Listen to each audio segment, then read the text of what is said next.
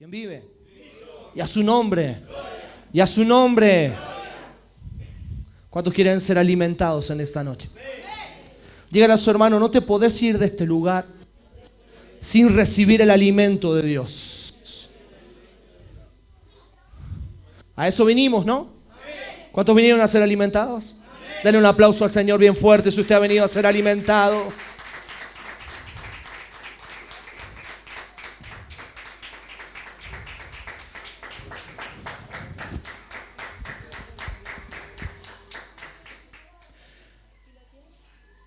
Hoy es una noche, hermano, donde es bueno recordar y poder saber, hermano, que muchas veces caminamos erradamente. De que un día el Señor llegó y transformó esa orfandad en un padre para nosotros. ¿Cuántos tienen al Señor Jesús como su padre aquí? ¿Cuántos fueron adoptados por ese Dios? Muchas veces caminamos erróneamente en nuestras vidas y hemos pagado las consecuencias de estar lejos de Dios. ¿A alguien le fue bien lejos de Dios acá? A todos les fue mal, ¿no? Sin el Señor hubiera sido imposible que nuestra vida esté como está hoy. Con luchas y pruebas, con fallas, con un montón de cosas, hermano. Pero estamos aquí firmes en las cosas del Señor. Sabiendo que tenemos un Padre que vela por nosotros las 24 horas del día. Amén. Vaya a su Biblia, abra su Biblia en el libro de Primera de Juan. Capítulo 3, verso 1. Primera de Juan, capítulo 3, verso 1.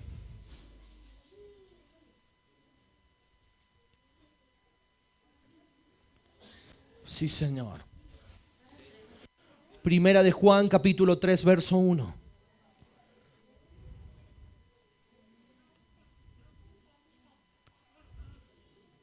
¿Cuántos saben que Dios solamente tiene hijos? ¿Cuántos saben que Dios solamente tiene hijos? Dígale a su hermano que tiene al lado, tú tienes que ser hijo de Dios. ¿Sabe por qué lo decimos? Porque muchas veces creemos que Dios tiene sobrinos, nietos, conocidos. No, Dios tiene hijos. Y como veníamos hablando al principio, de la mano con la canción que cantamos anterior, ese amor que dice, Dios me ama. ¿Por qué nos ama? Porque somos sus hijos. Como un padre ama a sus hijos. Quizás en este mundo, hermano, el hombre puede fallar. ¿Puede fallar el hombre o no? Y muchas veces muchas veces los padres no cumplen el rol que tienen que tener sobre los hijos. Amén. Yo he sido un afortunado, hermano, de que mis papás conocieran al Señor cuando yo era muy pequeñito. Entonces, si en ellos había falencias, el Señor las corrigió. Y me pudieron instruir en las cosas y en la verdad de Dios.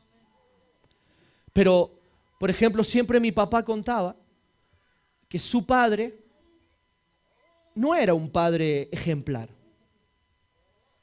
Que no era un padre que le enseñara de bien. No era un padre que fuera un padre de amor. Un padre de compasión. Un padre de amoroso. Amén. Quizás en ese tiempo, ahora está como más visualizado, pero en ese tiempo había mucha violencia en las familias. En los padres con los hijos con los padres, con los esposos, las esposas.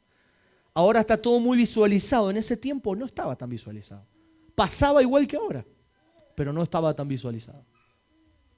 Entonces siempre mi papá me contaba que eso fue algo que en su corazón siempre estuvo, digamos, presente hasta que Dios llegó, causaba dolor en él. Cuando Dios llegó, sanó ese corazón. De no haber tenido o no haber sentido ese amor de padre real en su corazón y en su mente.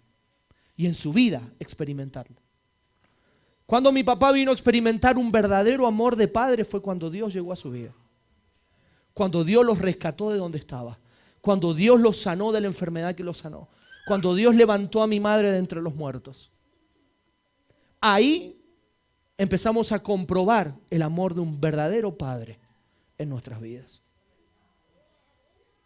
Dios nos enseña el ejemplo claro, hermano, de cómo debemos amar a nuestros hijos, de cómo debemos cuidar a nuestros hijos. Amén. Hoy en esta noche, quizás acá hay mucha gente que, como decía recién, no ha experimentado ese amor de un padre terrenal. Si no ha experimentado una sensación de abandono, que el padre no estuvo presente, un padre ausente. Una orfandad en su vida. Teniendo a su padre vivo, quizás no lo tuvo. Esa orfandad es la que transitamos nosotros cuando estamos lejos de Dios. Cuando estamos fuera de las cosas de Dios, experimentamos en nosotros esa orfandad. No tenemos a dónde recurrir. No tenemos a quién ir a contarle nuestras cosas. No tenemos a quién ir a decirle, pedirle un consejo sano y que nos dé realmente una guía correcta de cómo tenemos que proceder. En este mundo está lleno de consejeros, pero que aconsejen bien es distinto. ¿Es así o no? El único que nos puede aconsejar correctamente es Dios. Entonces la palabra que vamos a hablar en el día de hoy, el título dice, hijos de Dios. ¿Habrá algún hijo o hija de acá de Dios? Uy, tan poquitos. ¿Cuántos hijos e hijas de Dios hay acá? Vamos a ver qué es lo que Dios tiene para sus hijos. Amén. ¿Quieres saber o no? Dice la palabra, mirad cuál amor nos ha dado el Padre. ¿Dios te ha dado amor? La palabra, la canción decía recién, Dios me ama. Amén. Para que seamos llamados hijos de Dios. ¿Cuál será el amor que dio el Padre para que seamos llamados hijos de Dios? A su propio Hijo Jesucristo. Entregó a su Hijo en la cruz del Calvario para que usted y yo podamos estar sentados aquí hoy. Amén. Por esto el mundo no nos conoce, porque no le conoció a Él. Amados, ahora somos hijos de Dios y aún no se ha manifestado lo que hemos de ser, pero sabemos que cuando Él se manifieste, seremos semejantes a Él, porque le veremos tal como Él es. Y todo aquel que tiene esperanza en Él, ¿alguno tiene esperanza en el Señor aquí? ¿Tiene esperanza en el Señor? Mire, la esperanza va agarrada de la mano de la fe. ¿Usted tiene fe? Si tiene fe, tiene esperanza. Porque ¿qué es lo que es la fe? ¿Ah?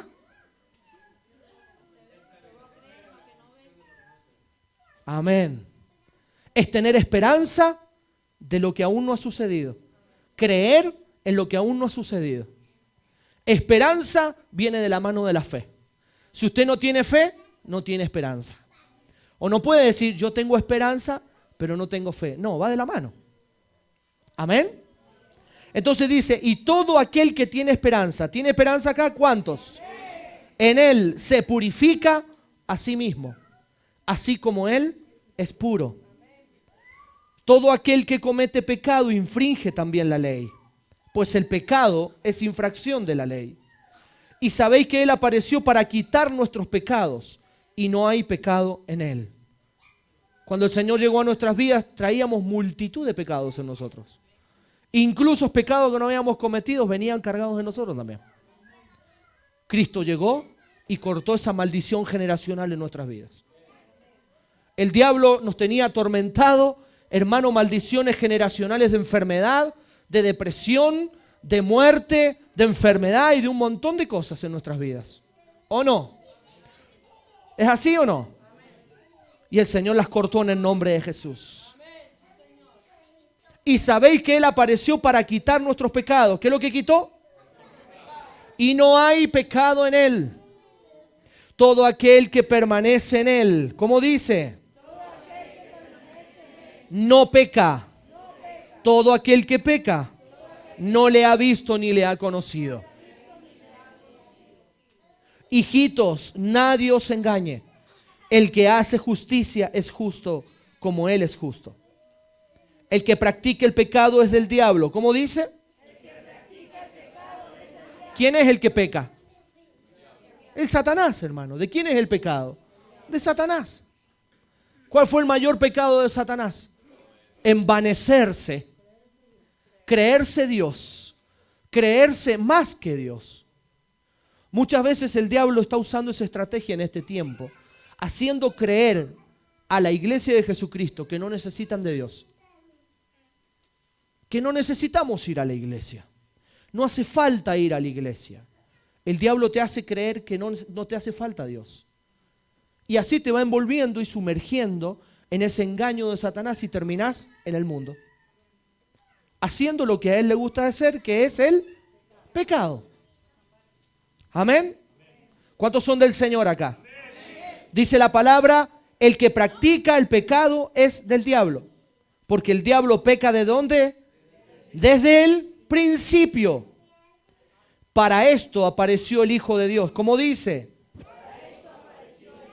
¿Quién es el Hijo de Dios? Para deshacer las obras del diablo. ¿A qué vino Jesús? A deshacer. Hermano, vino a cortar, vino a anular, vino a cambiar lo que estaba determinado sobre tu vida. Usted y yo, hermano, estábamos destinados a condenación. Estábamos destinados a que nuestra alma se perdiera en el infierno. Estábamos destinados a enfermedad. Estábamos destinados a pobreza, a miseria, a tormento de Satanás. A eso estábamos destinados nosotros. Amén.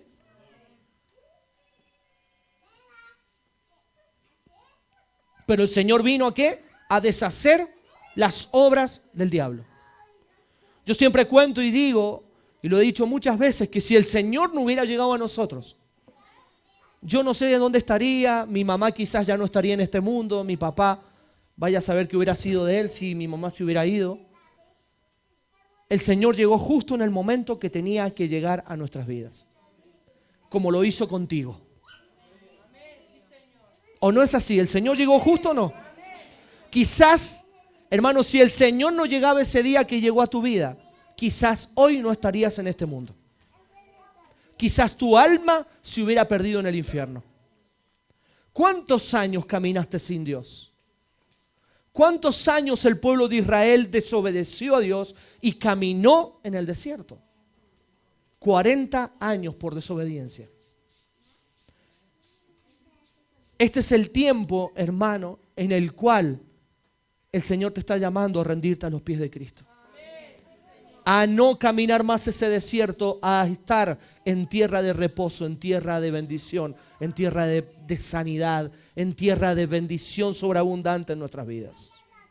Amén.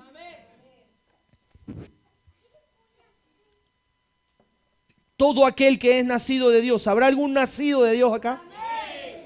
¿Cuántos nacieron en Dios acá? Hermano, nacer en Dios es bautizarse y dar ese paso de fe y decirle: Señor, de ahora en adelante yo quiero ser un hombre nuevo, una mujer nueva y rendirme delante de tus pies. Yo ya no quiero perder más, yo quiero ganar de ahora en adelante. Amén. Todos hemos pasado por las aguas en este lugar y hemos visto la gloria de Dios en nuestras vidas. Desde que de ese día en adelante todo cambió en nosotros. ¿Es así o no? Gracias al Señor. El otro día nos acordábamos con unos hermanos de la bañera que teníamos para bautizar. Que yo creo que la mayoría de la iglesia pasó por ahí. La mayoría, ¿eh? Y esa bañera está en la casa de mi hermano Gustavo Lucero, sirviendo al Señor todavía. Debe tener más de 1000 bautismos esa bañera. De verdad, hermano. El otro día hablábamos y decíamos: esa bañera tiene que ir al museo de la iglesia. Sí. Ahora tenemos un bautisterio nuevo acá, así que hay que estrenarlo, hermano. Hay que estrenarlo, está listo para usarse. Vámonos más. Todos bautizados de vuelta. Gloria a Dios.